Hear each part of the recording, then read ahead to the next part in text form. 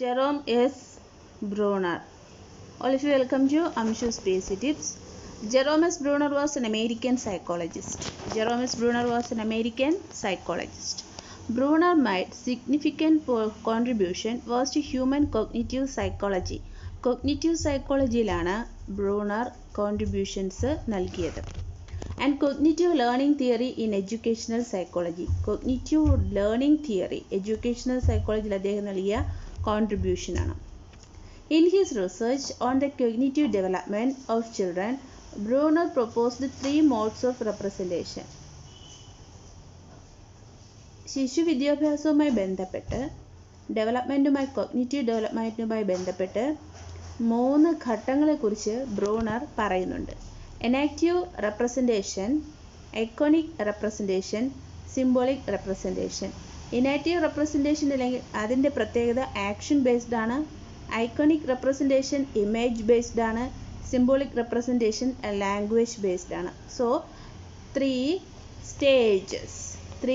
stages അല്ലെങ്കിൽ 3 mode of representation of Bruner: enactive representation action based, iconic representation image based, symbolic representation language based. പ്രവർത്തനഘട്ടം, ബിംബനഘട്ടം, പ്രതിരൂപാത്മക ഘട്ടം എന്നിങ്ങനെ മലയാളത്തിൽ 3 സ്റ്റേജിനെ പറയും. Bruner's constructive theory suggests it is effective when faced with new material to follow a progression from enactive to iconic to symbolic representation. അതായത് ഒരു പുതിയ അറിവ് സമ്പാദിക്കുന്നത് inactive, iconic, symbolic എന്നീ സ്റ്റേജസിലൂടെയാണെന്നാണ് ബ്രൂണർ പറയുന്നത്. ബ്രൂണറിൻ്റെ ഫസ്റ്റ് സ്റ്റേജ് നോക്കാം. എനാക്റ്റീവ് സ്റ്റേജ് 0 to 1 years, ജനനം മുതൽ 1 വയസ്സ് വരെ. The first kind of memory, ഓർമ്മയുടെ ഫസ്റ്റ് സ്റ്റേജാണ് എനാക്റ്റീവ് സ്റ്റേജ് എന്ന് പറയുന്നത്. പക്ഷേ this mode is used with the first year of life. ജനനം മുതൽ ആദ്യ കാലഘട്ടത്തിൽ ജനനത്തിൻ്റെ ഫസ്റ്റ് സ്റ്റേജിലാണ് ഇത് സംഭവിക്കുന്നത്. Corresponding with Piaget's sensor motor stage. പിയാഷെയുടെ സെൻസറി മോട്ടോർ സ്റ്റേജിന് തുല്യമാണ് ബ്രൂണറിൻ്റെ എനാക്റ്റീവ് സ്റ്റേജ് എന്ന് പറയുന്ന first stage. Thinking is based entirely on physical action. And infants learn by doing rather than by internal representation or thinking. Internal representation or thinking അല്ല ഇവിടെ നടക്കുന്നത്. Physical ആക്ഷനിലൂടെ അവർ പഠിക്കുന്നു. ശരീരചലനത്തിലൂടെ, മോട്ടോർ ഡെവലപ്മെൻറ്റിലൂടെ, കൈകളിട്ടടയ്ക്കുന്നത്, അതുപോലെ ചുണ്ടിൻ്റെ ചലനങ്ങൾ, ഇങ്ങനെ ഫിസിക്കൽ ആക്ഷനിലൂടെയാണ് അവരിൽ അറിവ് ഉണ്ടാകുന്നത്. ഇതാണ് ഫസ്റ്റ് ഇനാക്റ്റീവ് സ്റ്റേജ്. ഈ ഫസ്റ്റ് സ്റ്റേജിൽ it involves encoding physical actions based information and storing in our memory. ഇങ്ങനെ ഫിസിക്കൽ ചേഞ്ചസിലൂടെ അല്ലെങ്കിൽ ഫിസിക്കൽ ആക്ഷനിലൂടെ ഉണ്ടാകുന്ന കാര്യങ്ങളിലൂടെ അവരുടെ ഓർമ്മയിലോട്ട് കാര്യങ്ങൾ എത്തുകയാണ്. അതിൽ പ്രധാനമാണ് മിൽക്കിംഗ് എന്ന് പറയുന്നത്, ബ്രസ്റ്റ് ഫീഡിങ് എന്ന് പറയുന്നത്. അവർ സെൻസ് കൊണ്ട് അല്ലെങ്കിൽ അവരുടെ ഫിസിക്കൽ ആക്ഷനിലൂടെയാണ് അത് മനസ്സിലാക്കുന്നത് തന്നെ. Second one iconic stage. 1 മുതൽ 6 വയസ്സ് വരെയാണ് ഐക്കോണിക് സ്റ്റേജ് എന്ന് പറയുന്നത്. രണ്ടാമത്തെ സ്റ്റേജ് എന്ന് പറയുന്നത് ഫസ്റ്റ് വൺ പ്രവർത്തനഘട്ടം, രണ്ടാമത്തേത് ബിംബനഘട്ടം. Information is stored a sensory image അല്ലെങ്കിൽ icons, usually visual ones, like pictures in the mind. 1 വയസ്സ് മുതൽ 6 വയസ്സ് വരെയുള്ള കാലഘട്ടത്തിൽ ഐക്കൺസ്, ഓരോ രൂപങ്ങൾ അവരുടെ മനസ്സിലുണ്ടാകും. കുട്ടികൾക്ക് നമ്മൾ പിക്ചേഴ്സാണ് കൊടുത്ത് ഓരോന്ന് പഠിപ്പിക്കുന്നത്. അപ്പോൾ ഒരു പിക്ചർ കാണുമ്പോൾ അതിൻ്റെ പേര് വരും, അവരുടെ പേര് അവർക്ക് ഓർമ്മ വരും. അപ്പോൾ സെക്കൻഡ് സ്റ്റേജ് എന്ന് പറയുന്നത് ഐക്കോണിക് സ്റ്റേജാണ്. 1 മുതൽ 6 വയസ്സ് വരെ. Information is stored as sensory images അല്ലെങ്കിൽ icons, usually visual ones, like pictures in the mind. ചിത്രങ്ങൾ കാണുമ്പോൾ അവർക്ക് വാക്കുകൾ ഓർമ്മിക്കാൻ പറ്റുന്നു. നമ്മൾ ഈ വേർഡ് കാർഡ് കാണിക്കുന്നത് this is conscious, others say they didn't experience it. അതായത് കണ്ടില്ലെങ്കിൽ അവർക്ക് എന്താണെന്നത് പെട്ടെന്ന് മനസ്സിലാകില്ല, അല്ലെങ്കിൽ അവർക്കത് പറയാൻ പറ്റില്ല. Thinking is also based on the use of other mental images or icons such as hearing, smell or touch. Pictures കാണിക്കുന്നത് പോലെ തന്നെ കേൾക്കുന്നതിലൂടെയും സ്മെല്ല് ചെയ്യുന്നതിലൂടെയും ടച്ച് ചെയ്യുന്നതിലൂടെയും കുട്ടി ഓരോന്നും പഠിക്കുന്നു. അങ്ങനെ സെൻസ് യൂസ് ചെയ്ത് പഠിക്കുമ്പോൾ ഇത് രണ്ടാമത്തെ സ്റ്റേജായ ഐക്കണിക് സ്റ്റേജാണ്. ഇപ്പോൾ ഫുഡ് ഐറ്റംസിൻ്റെ സ്മെല്ല് കിട്ടുമ്പോൾ അവർക്ക് ഫുഡിനെ തിരിച്ചറിയാൻ പറ്റുന്നു. ബേർഡ്സിൻ്റെയോ ആനിമൽസിൻ്റെയോ ശബ്ദം കേൾക്കുമ്പോൾ അവർക്കത് തിരിച്ചറിയാൻ പറ്റും. ഇതൊക്കെ ബ്രൂണറുടെ സെക്കൻഡ് സ്റ്റേജായ ഐക്കോണിക് സ്റ്റേജാണ്. തേർഡ് എന്ന് പറയുന്നത് സിംബോളിക് സ്റ്റേജ്. 7 years ഓൺവേർഡ്സ്, 7 വയസ്സ് മുതലാണ് സിംബോളിക് സ്റ്റേജ് എന്ന് പറയുന്നത്, പ്രതിരൂപാത്മക ഘട്ടം. This is where information is stored in the form of code or symbol such as language. ഭാഷ നന്നായിട്ട് കൈകാര്യം ചെയ്തു തുടങ്ങുന്ന ഒരു കാലഘട്ടം. അപ്പോൾ അവർക്കത് ഭാഷയിലൂടെ അവർക്ക് കൺവേ ചെയ്യാൻ പറ്റും. This mode is acquired around 6 to 7 years old, corresponding to Piaget's concrete operational stage. ബ്രൂണറിൻ്റെ തേർഡ് സ്റ്റേജ് എന്ന് പറയുന്നത് പിയാഷയുടെ കോൺക്രീറ്റ് ഓപ്പറേഷണൽ സ്റ്റേജുമായി റിലേഷനുള്ളതാണ്. In this symbolic stage, knowledge is stored primarily as words, these mathematical symbols, or in other symbol systems such as music. Third സ്റ്റേജിൽ എന്ന് പറയുമ്പോൾ ഇവിടെ വേർഡ്സുകളായിട്ടോ മാത്തമാറ്റിക്കൽ സിമ്പിൾസ് ആയിട്ടോ ഒക്കെ കുട്ടികൾക്ക് അവരുടെ അറിവ് രൂപപ്പെടുത്തുന്നതിന് സാധിക്കുന്നു, മ്യൂസിക്കായിട്ടോ ഒക്കെ. ദെൻ ബ്രൂണറുമായിട്ട് ബന്ധപ്പെട്ട് വരുന്ന മറ്റൊരു ടേമാണ് ഡിസ്കവറി ലേണിംഗ്. നമ്മൾ ബ്രൂണർ അമേരിക്കൻ സൈക്കോളജിസ്റ്റ് ആണെന്ന് പറഞ്ഞു. അദ്ദേഹത്തിൻ്റെ 3 സ്റ്റേജസ് പറഞ്ഞു. Enactive stage, iconic stage, symbolic stage, 3 stage പറഞ്ഞു. ദെൻ ഡിസ്കവറി ലേണിങ്ങിനെ കുറിച്ചാണ്. The concept of discovery learning implies that a learner constructs his or own knowledge for themselves by discovering as opposed to being told about something.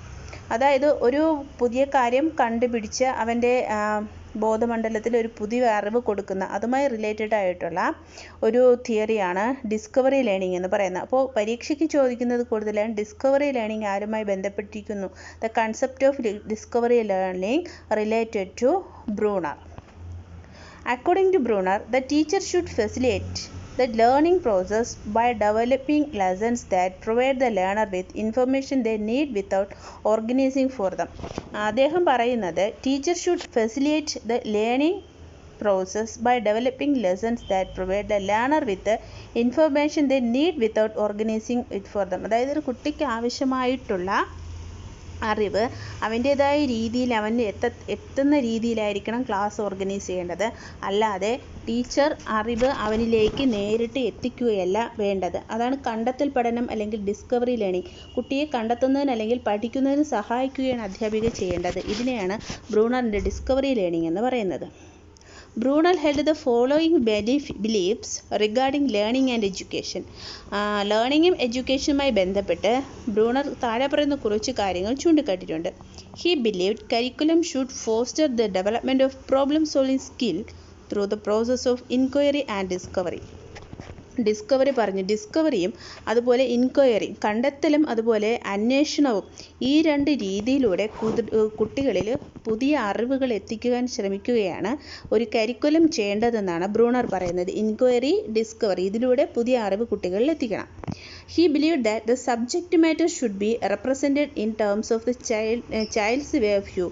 അതായത് കുട്ടിയുടെ, ഒരു സ്റ്റുഡൻറ്റിൻ്റെ വ്യൂയിൽ നിന്ന് വേണം ഒരു കാര്യം അവതരിപ്പിക്കേണ്ടത്. അദ്ദേഹത്തിൻ്റെ എഡ്യൂക്കേഷൻ പർപ്പസ് ഇതായിരുന്നു. For Bruner, the purpose of education is not impart knowledge, but instead to facilitate a child's thinking and problem solving. ബ്രൂണറിൻ്റെ അഭിപ്രായത്തിൽ എഡ്യൂക്കേഷൻ ഉദ്ദേശിക്കുന്നത് അറിവ് അടിച്ചേൽപ്പിക്കുകയല്ല, instead to facilitate a child thinking and problem solving, പകരം ഒരു കുട്ടിയെ ചിന്തിക്കാനും അവൻ ഫേസ് ചെയ്യുന്ന പ്രശ്നങ്ങൾ പരിഹരിക്കാൻ അവനെ പ്രാപ്തനാക്കുകയുമാണ്. അതാണ് ബ്രൂണറുടെ അഭിപ്രായം. In 1960, Bruner published the process of education. 1960 Bruner publish ചെയ്ത ബുക്കാണ് the process of education. The process of education was the book written by Bruner in 1960. The main premise of Bruner text was that students are active learners who construct their own knowledge. ഇതാണ് important. അദ്ദേഹത്തിൻ്റെ ബുക്കിൽ പ്രതിപാദിക്കുന്ന പ്രധാനപ്പെട്ട theme എന്ന് പറയുന്നത് students are active learners who construct their own knowledge. അവരുടെ അറിവ് അവർക്ക് സ്വന്തമായി നിർമ്മിക്കാൻ സാധിക്കണം. Bruner's scaffolding theory is that children need support and active help from their teachers and parents. Scaffolding എന്ന ആശയം നമ്മൾ പഠിച്ചത് വൈഗോട്സ്കിയുമായി ബന്ധപ്പെട്ടാണ്. വിഗോട്സ്കിയുടേതാണ് സ്കഫോൾഡിംഗ് എന്ന ആശയം. എന്നാൽ അതുമായി ബന്ധപ്പെട്ട് തിയറി രൂപീകരിക്കുകയും അതിന് സ്കഫോൾഡിംഗ് എന്നൊരു ടേം കൊടുക്കുകയും ചെയ്തത് ബ്രൂണറാണ്. Bruner's scaffolding theory is that children need support and active help from their teachers and parents. Scaffolding theory അനുസരിച്ച് ബ്രൂണർ പറയുന്നത് കുട്ടികൾക്ക് അവരുടെ ടീച്ചേഴ്സിൽ നിന്നോ പാരൻസിൽ നിന്നോ ഈവൻ ഫ്രം ദെയർ ഫ്രണ്ട്സിൽ നിന്നോ സപ്പോർട്ട് ആവശ്യമാണ്. ആ സപ്പോർട്ടിനെയാണ് നമ്മൾ സ്കഫോൾഡിംഗ് എന്ന് പറയുന്നത്.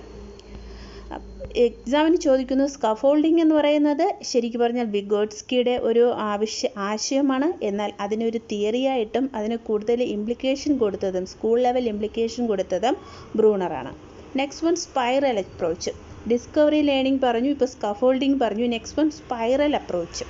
സ്പൈറൽ അപ്രോച്ച് എന്ന് പറയുന്നത് സ്പൈറൽ കരിക്കുലം നമുക്ക് പഠിക്കേണ്ട കാര്യങ്ങളാണ്. അതായത് ഫ്രം ദ ബിഗിനിങ്, ഒരു കമ്പിയുടെ ചുരുൾ പോലെ ഇങ്ങനെ വരുന്നത് ഫ്രം ദ ബിഗിനിങ്, തുടക്കത്തിൽ വളരെ ചെറുതിൽ നിന്നും പഠിച്ച് ചെറിയൊരു ആശയത്തിൽ നിന്നും വലിയൊരു തിയറിയിലോട്ടോ വലിയ ആശയങ്ങളിലോട്ടോ എത്തിപ്പോകുന്നത്.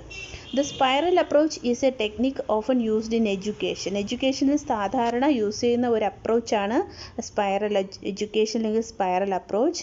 The initial focus of instruction is the basic factor of a subject.